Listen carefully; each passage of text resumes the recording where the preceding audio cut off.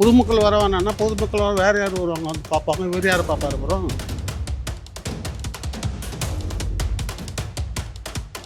ஃபீல்டில் இருந்தோம், அந்த ஃபீல்டில் முடிஞ்சிச்சு, அப்புறம் இன்னொரு தொழிலை தேடி போகிறதுங்கிறது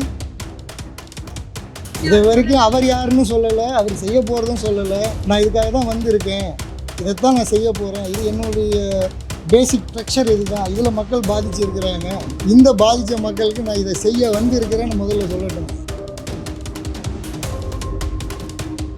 நீங்கள் தான் சொல்கிறீங்களே எனக்கு பின்னாடி இத்தனை கோடி ரசிகர்கள் இருக்கிறாங்கன்ட்டு, அத்தனை கோடி ரசிகர் இருக்க உங்களுக்கு எதுக்கு பாதுகாப்புணும்?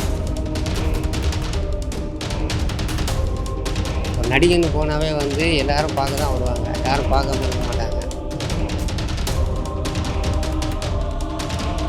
பட் எங்கே எப்படி நடக்கணுங்கிறது வந்துட்டு தலைவனுக்கும் தெரியல, தொண்டனுக்கும் தெரியல, கூட்டத்தில் இருக்கிறவனுக்கும் தெரியலன்னு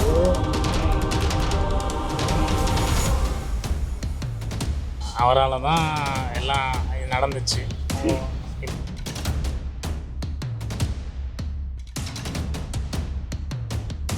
குறை சொல்லுதில்ல, இவர் போய் பார்க்கவே இல்லை, 41 பேர் இருந்திருக்காங்க, எல்லா கட்சி தலைவர்களும் போய் பார்த்துருக்காங்க.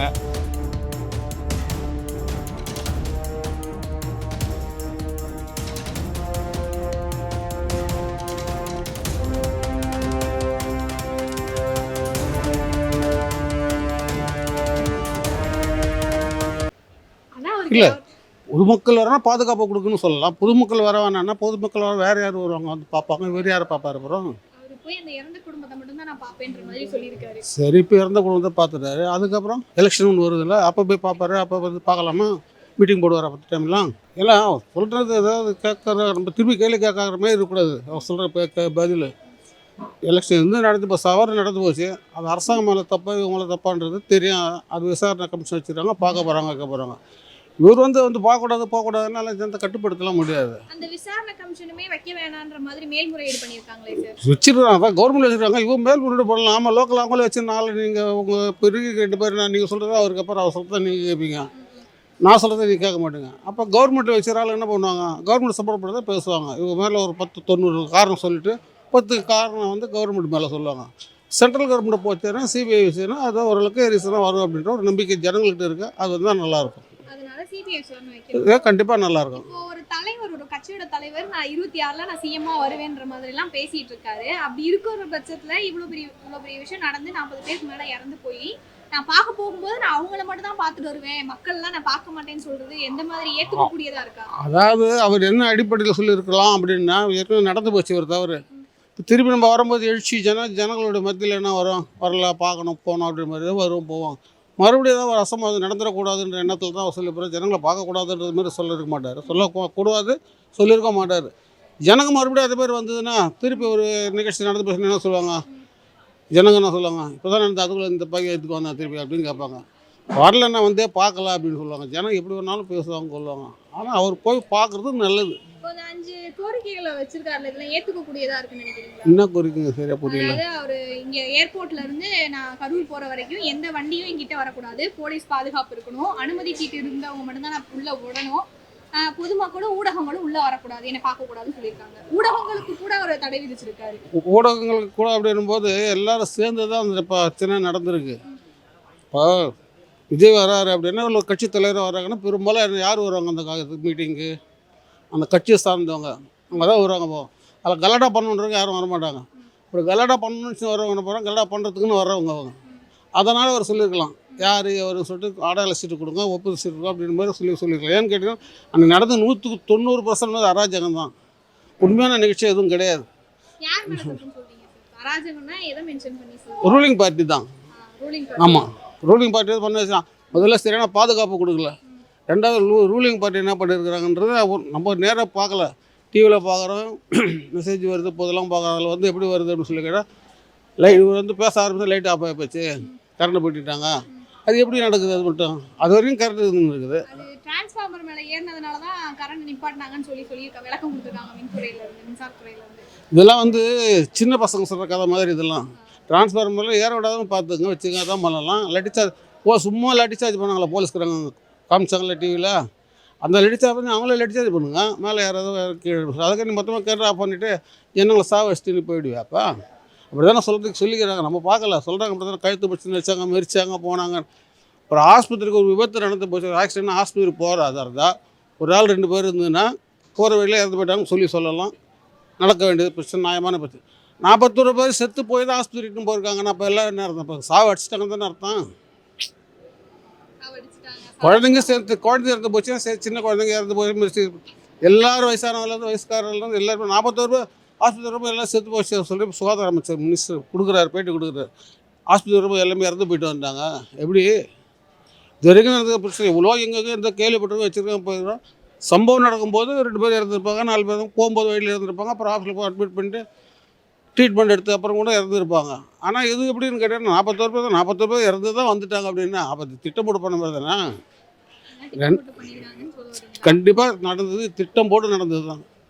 யார் எவரோ அது நமக்கு தெரியல, தேவையில்லை.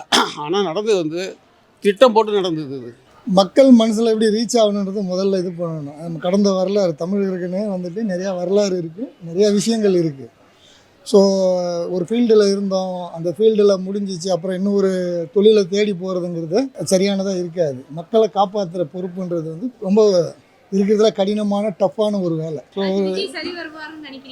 இல்லை, இவர் சரி வருவாருங்கிறத வந்துக்கிட்டு சொல்லவே முடியாது முதல்ல. காரணம் என்னென்னா, இப்போ எனக்கு வயசு 50. ப்ராக்டிக்கலாக ஒரு மனிதனுடைய லைஃப்பை பார்க்கணும். நான் 50 வயசு வரைக்கும் வந்துக்கிட்டு சுயமாக வாழ்ந்துட்டு அதுக்கு மேலே நான் வந்துட்டு குடும்பத்தை காப்பாற்றுறேன்னு சொன்னேன், என் பிள்ளைங்க ஃபஸ்ட்டு அதை ஏற்றுக்குமா? ஏன்னா அப்பாவை பற்றி பிள்ளைங்களுக்கு தெரியும்ல. ஸோ அது மாதிரி தான் இப்போ வந்துட்டு திமுகவாக இருக்கட்டும், அதிமுகவாக இருக்கட்டும், எனி பொலிட்டிஷியனாக இருக்கட்டும், யார் வேணாலும் இருந்துட்டு போட்டோம். ஜென்ரலாக ஒரு பொதுவான ஒரு மனிதனுடைய கண்ணோட்டத்தில் எப்படி பார்ப்பாங்கன்னா, இப்போ கமலஹாசனுக்கே எடுத்துக்கலாமே எக்ஸாம்பிள். அவருக்கு மார்க்கெட்டில் இப்போ வந்துட்டு ஏதோ ஒரு கட்சியில் ஒரு மேல் சபை எம்பியாவோ ஏதோ ஒரு இதுக்கு போயிட்டார். அவரால் என்ன செய்ய முடியும்? இதுக்கப்புறம் ஏதாச்சும் பண்ண முடியுமா? இல்லை போராட முடியுமா? இல்லை ஃபேஸ் பண்ண முடியுமா? முடியாது. ஸோ அது மாதிரி தான் இவர் 200 கோடி இருக்கட்டும், 500 கோடி இருக்கட்டும், நீங்கள் அந்த 500 கோடியில் மக்களுக்கு நல்லது செய்யணுன்னாக்க பண்ணிட்டு போயிடலாமே. விஜயகாந்த் சார் பண்ணலையா? பொலிட்டிக்கலுக்கு வர்றதுக்கு முன்னாடியே வந்து கேப்டன் பிரபாகரன் படத்துக்கு முன்னாடி இருந்து அவர் வந்துட்டு மக்கள் நல உதவிகளை செய்தார். ஏதாச்சும் ஒன்று சொல்லுங்களேன். விஜய் செய்தது, செய்ய போகிறது என்னன்னு சொல்லுங்களேன். இது வரைக்கும் அவர் யாருன்னு சொல்லலை, அவர் செய்ய போகிறதும் சொல்லலை.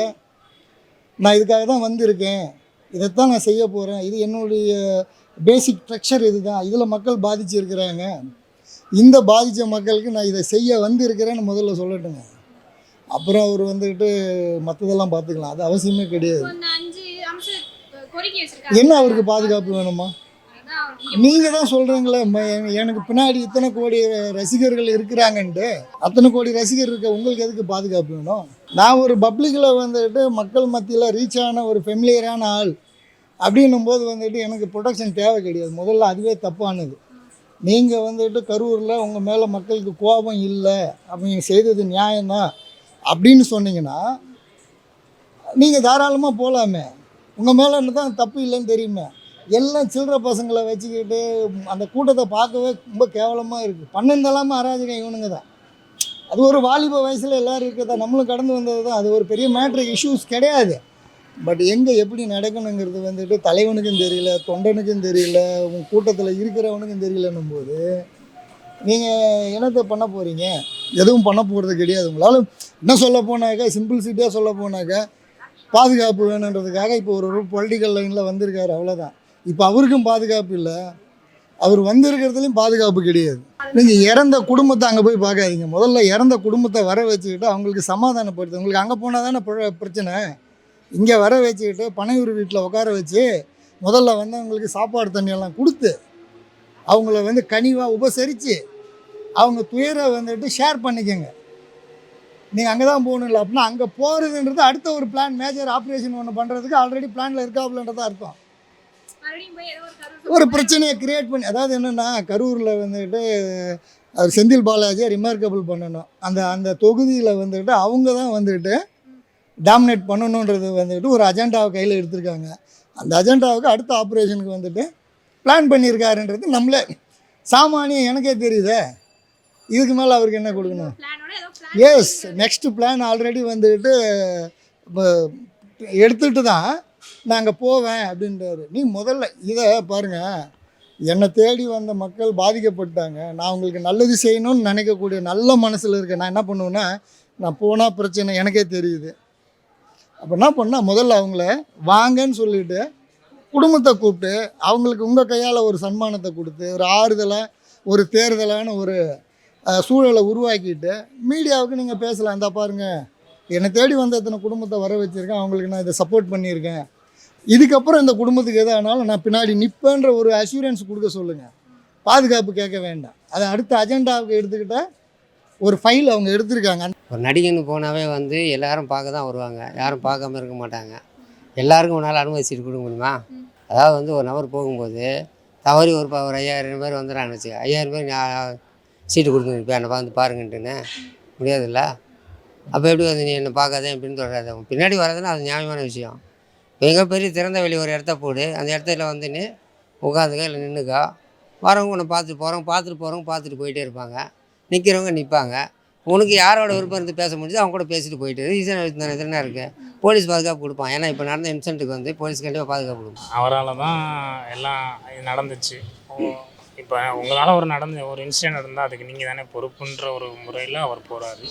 அதில் தப்பு கிடையாது. அதில் போகிறது அது அவர் மேல தப்புன்ற பொறுப்பு ஏற்ற அவர் போறாருன்னு சொல்றீங்க. ஏன்னா அது என் மேல தப்பு இல்லைன்னு ஒரு வீடியோ கொடுத்துருந்தார் இல்லையா, வீடியோ வெளியிட்டிருந்தார் இல்லையா? சிஸ்டர், என்னைய பொறுத்தவரை வந்து அது எல்லாருமேலேயும் தப்பு இருக்குது, ஓகேங்களா? இவர் வந்து ஒரு பொலிட்டிஷியனாக இன்னும் வந்து பில்டப் அதாவது வந்து அவரோட ஸ்ட்ரென்த்தை கூட்டணும். அது வந்து என்னோட ஒரு ரெக்வெஸ்ட்டு. ஏன்னா வந்து இவங்களோட இருக்கிற எல்லாமே பார்த்தீங்க, நிர்வாகிகள் எல்லாருமே அனுபவசாலிகள்னா கிடையாது. எல்லாமே வந்து இப்போ திடீர்னு ஒரு மாவட்ட செயலாளர் போடுறாங்கன்னா அவங்களுக்கு அனுபவம் தான் இருக்குன்னா இருக்காது. இப்போ டிஎம்கே எடுத்துக்கிட்டிங்கன்னா ஒரு 50-60 வருஷமாக இருக்கிறனால அதில் உள்ள நிர்வாகிகள்லாம் வந்து எதை எப்படி நடத்தணுன்ற ஒரு திறமை இருக்கும், அதை நடத்துகிறாங்க. ஆனால் இவங்களுக்கு வந்து இது அனுபவம் தான் இது. பட் ஆனால் வந்து அது 40 பேர் இறந்துருக்கக்கூடாது. இருந்தாலும் வந்து அவர் கண்டிப்பாக போய்தான் ஆகணும். ஒரு இஷ்யூ ஆகிடக்கூடாதுல்ல, திருப்பி அவர் நேம் தானே இதாகும். அதனால் கண்டிப்பாக யாரையும் என்னை தவிர்க்கணும், அதனால் எனக்கு பாதுகாப்பு வேணும்னு கேட்குறாரு. ஏன்னா பொதுமக்களையும் நான் சந்திக்க மாட்டேன்னு சொல்லாத எந்த விதத்துல ஏத்துக்க முடியாது. இல்லை, பொதுமக்களை அவர் சந்திக்க மாட்டேன்ல அந்த இதுக்கு இல்லை. அவர் சொல்லியிருக்காரு, பொதுமக்களும் வரக்கூடாது, ஊடகங்களும் வரக்கூடாது அப்படின்ற மாதிரி தான் சொல்லியிருக்காரு. கண்டிப்பாக அது ஒரு கட்சியோட தலைவர், நான் 2026 சிஎம்மா வந்துருவேன் அவ்வளோ கான்ஃபிடென்ட்டா சொல்ற ஒருத்தர் வந்து நான் பொதுமக்களை பாக்குறதுக்கு ஏன் பயப்படணும்? தமிழ்நாட்டு மக்கள் ஒன்றும் அவ்வளோ கொடூரமானவங்க அப்படி இல்லை, அவங்க மக்கள் மேலாம் இருக்குல்ல மேடம். அதனால அவருக்கு ஒரு இது நம்மளால இது மாரி நம்ம இது சம்பவத்தால் இப்படி ஆயிடுச்சே, அதில் அவர் ஃபீல் பண்ணுறாரு, வேற ஒன்றும் இல்லை. அதனால தான் அவர் இப்போ ஒரு பாதுகாப்பு ஏற்பாடு பண்றதுங்கிறது அரசாங்கத்துக்கு தேவையில்லாத இன்னொரு சுமையை ஏற்படுத்தும் இல்லையா? அதுக்கு போலீஸ் ஃபோர்ஸ் எல்லாத்துக்குமே ஒரு செலவு இருக்கு இல்லையா? கண்டிப்பாக. அப்புறம் அரசாங்கமும் அவருக்கு ஒரு ஃபீலிங் இருக்குது. அரசாங்கம் குறை சொல்லுதில்ல, இவர் போய் பார்க்கவே இல்லை, 41 பேர் இருந்திருக்காங்க, எல்லா கட்சி தலைவரும் போய் பார்த்துருக்காங்க, எல்லாமே பார்த்துட்டாங்க. இவரால் தான் இந்த இது நடந்துங்கும் போது இவர் போய் கண்டிப்பாக பார்க்கணும் இல்லையா?